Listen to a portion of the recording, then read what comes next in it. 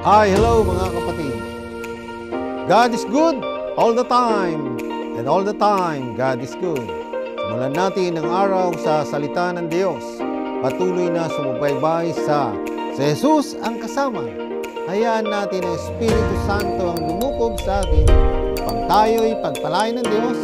Ito po ang inyong devotional leader, Reverend Sunny de la Peña.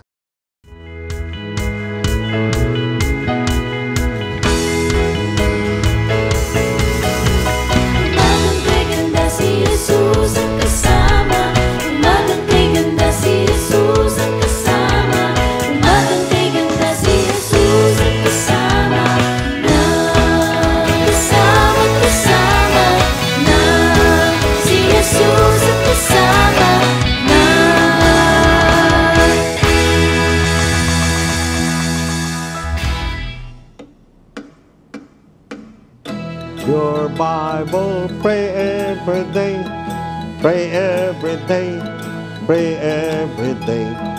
Read your Bible, pray every day, and you grow, grow, grow. And you grow, grow, grow. And you grow, grow, grow. Read your Bible, pray every day, and you grow, grow, grow. Neglect your Bible, forget to pray, forget to pray, forget to pray. Neglect your Bible, forget to pray, and you shrink, shrink, shrink. And you shrink, shrink, shrink. And you shrink, shrink, shrink. Read your Bible, pray every day, and you grow, grow, grow. Ayan. Tayo po ay manalangin. O Diyos na mga pangyarihan sa lahat, ihanda mo po ang iyong anak sa gawain ito, sa devotion ngayong umaga, gayon din ang lahat ng nanonood, lahat ng nakikinig sa gawain ito, Panginoon. I-bless mo sila, O God, buksan ang puso at isipan, at nawa ang bawat salitang mapakinggan nila ay tumimo sa kanilang puso, magamit sa kanilang buhay, at sila'y maging ilawan at asin ng sanglibutang ito. Sila'y maging pagpapala sa ibang mga tao. To God be the glory. This is our prayer, Jesus' name. Amen. Maraming salamat po sa awiting makalangit. Morning po sa ating lahat. Purihin po ang Diyos. Our topic today, ang unang sulat ni Pablo kay Timoteo. Ang sulat para kay Timoteo kung saan umalis si Apostol Pablo patungong Macedonia. Plano ni Pablo na bumalik, ngunit maaring maantala siya. Kaya nagpadala siya ng mga tagubilin kay Timoteo at inaasahan na gagawin niyon habang siya ay wala. Karamihan sa liham patungkol sa huwad ng mga guro at nag-uutos ng isang tiyak na order ng simbahan.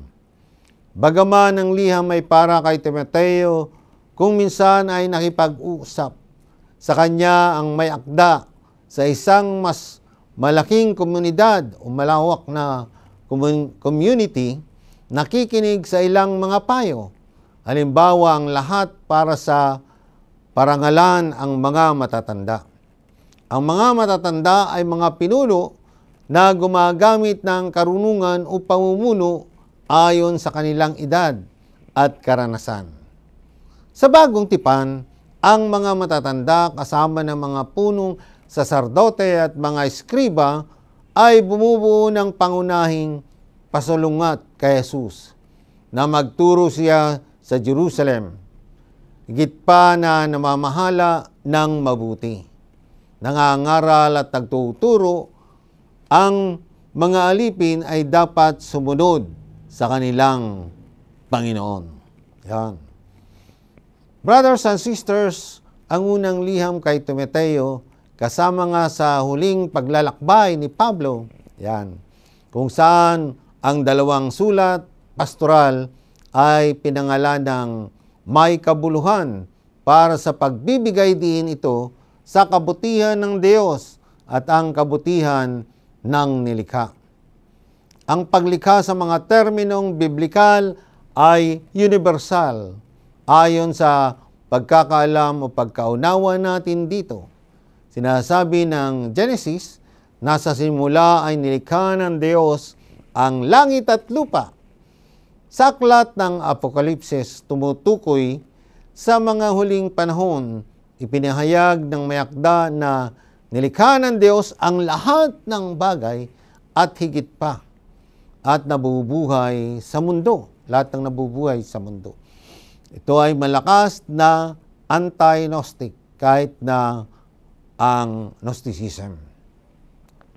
Nilalahad ng unang Timoteo ang pinakahayag at kompletong mga tagubilin para sa pamumuno at organisasyon ng simbahan sa buong Biblia.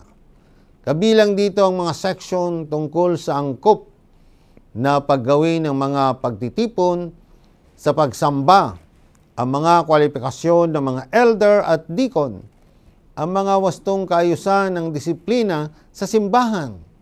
Pinayuhan ni Pablo si Timoteo tungkol sa praktikal na bagay na ito sa paraang makatutulong sana sa batang pastor na bigyan din ang dalisay na dapat maging katangian ng mga Kristiyanong leader at mga pagtitipon sa kanilang pinangasiwaang iglesia. Walang alinlangan, pinaglingkuran ni Timoteo ang iglesia kahit na ito ay bata pa, na nagbigay ng lakas ng sigla na kailangan nila upang paglingkuran ang kanilang bayan, ang kanyang bayan. Gayunpaman, nagdulot din ito ng di maiwasang mga paghihirap sa mga matatandang Kristiyano na maaring hindi mabilis na mamuno sa gayong kabataan dahil sa kanyang kakulangan ng kaalaman at karanasan sa mamumuno. So it was important to Paul that Timothy set an example of consistent faith and a good conscience, remaining above reproach and exercising spiritual gifts that God had given him. 1 Timothy 4:12-16. However, Paul knew that such a task would not be easy for a young man. Therefore, on 2 occasions, Paul encouraged Timothy to fight a good fight. Perseverance in what was good often became a slug of Timothy, one of required thick skin and clear purpose. So ang mga pinuno ng ating mga simbahan ay ginagampanan ang mahalagang tungkulin habang sila ay nakikibahagi sa pag-iikayat sa espiritual na paglago ng Kristiyano sa ilalim ng kanilang pangangalaga. Alam natin na ang kahalagahan ng mga leader na ito sa ating mga simbahan at sa ating personal na buhay. Ngunit tinutulungan tayo ng unang Timoteo na magkaroon ng mas malinaw na pagkaunawa sa mga wastong kwalifikasyon tungkol sa mga pinuno ng simbahan. Pinapakita sa atin ng liham ni Pablo ang mga bagay na inaasahan niyang tutugunan ni Timoteo sa kanyang ministeryo na magbibigay ng mga uri ng modelo. Yan. Pinuno na maaaring sundin ang mga pinuno sa kanilang sariling ministeryo.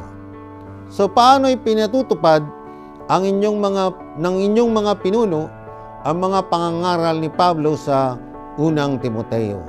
Sa ating mga simbahan ay magiging pinakamatibay kapag sila ay pinakamalapit sa biblical na pangitain na inilatag para sa kanila. Habang tumitingin ka sa iyong simbahan o naghahanap ka ng bagong isaalang-alang na mga prioridad ng mga pinuno, look for an emphasis on sound doctrine and purity within the leaders' personal lives and on living out the Christian faith by example. find those qualities and will more than likely find a church where you can thrive. Tinuro ni Pablo ang tungkol sa pangangailangan ng panalangin at wastong pagsamba sa Diyos. Tinuro niya na si Jesucristo ang pantubos sa lahat ng ating mga kasalanan sa pamamagitan ng Ama. Tinuruan niya ang mga lalaki at babae kung paano kumilos sa panahon ng pagsamba. Binalangkas niya ang mga kwalifikasyon para sa mga obispo, mga deacon, at mga iba pang namamahala sa iglesia. Brothers and sisters, kaya nga kailangan mga kapatid, atin ding suriin ang ating sarili kung tayo ay karapat-dapat na mamuno sa ating simbahan. Yan. Purihin po ang Diyos sa ating devotion na yan. Shout out sa lahat ng mga birthday at anniversary. Pagpalain at ingatan kayo ng Diyos sa inyong buhay. Tayo ay manalangin. O Diyos na makapangyarihan sa lahat, kami ay lumalapit sa iyo, nagpupuri at nagpapasalamat sa iyong dakilang pangalan, sapagkat ikaw ang Diyos na buhay, na nagbigay ng buhay at kalakasan sa amin. Patawarin mo kami, O Lord, sa aming mga kasalanan, at nawa ay maging karapat-dapat kaming mga leaders sa iyong simbahan, O Panginoon. Kung paanong pinayuhan ni Pablo si Timoteo na maging matatag, maging sa kanyang kabataan, at maging matibay sa kanyang paglilingkod, anuman ang mangyari. Kaya Lord, ikaw manguna sa aming lahat, at nawa ay bigyan mo kami ng lakas, ng talino, ng kaalaman, O Panginoon, upang sa gayon mapagtagumpayan namin ang mga pagsubok na aming kaharapin sa ministeryo.